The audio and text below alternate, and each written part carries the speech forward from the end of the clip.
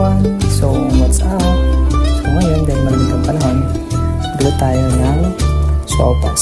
So, ready tayo ng kawali. Painitin natin. After natin mapainit, ilagay natin ng margarine. So, isa muna natin, gisa muna ng konti hanggang sa malusaw yung margarine. So, after nyo na gisa, hulog na natin ng sibuyas tsaka bawang. Hulog natin, antayin natin na mag golden brown ulit siya. So, yan na. And finally, yung paghulog natin ng sibuyas tsaka yung bawang. After natin, kasama muna natin ng konti para mag golden brown pa siya. Kasi medyo kulang pa yung pagka golden brown niya. After yan, huhulog na natin ang atay tsaka yung egg ng manok. So, bali, isa muna natin yan para mawala yung lansa nung atay tsaka yung egg ng manok. Bali, pinili ko pala yung egg ng manok para mas masarap, mas malasa. Then, lagyan natin ng condiments, paminta, tsaka magic sarap. So, gisa ulit para magkalasa. After nyan, yun ang magiging final output natin. After natin malagyan ng condiments, hulog na natin ng carrots.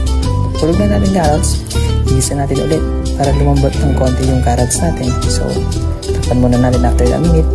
Then, charan! Yan na yung magiging final output natin nung nahulog na natin ng carrots. So, gisa muna ng konti.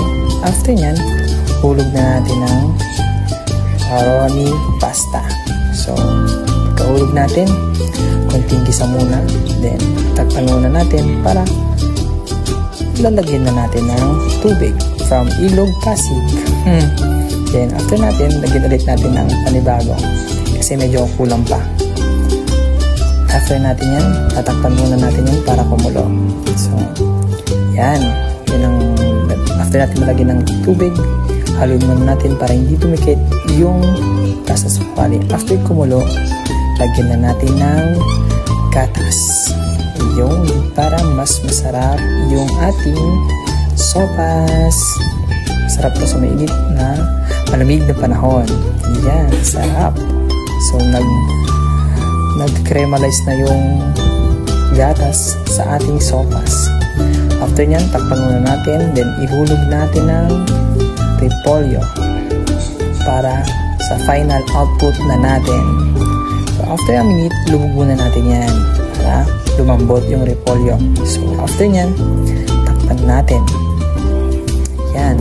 Lubog muna natin para maluto lahat and balance. Then, yan na yung magiging final output natin. Sopas for today's video. Dahil malamig ang panahon, masarap humigop ng masarap na sabaw. Mainit na sabaw.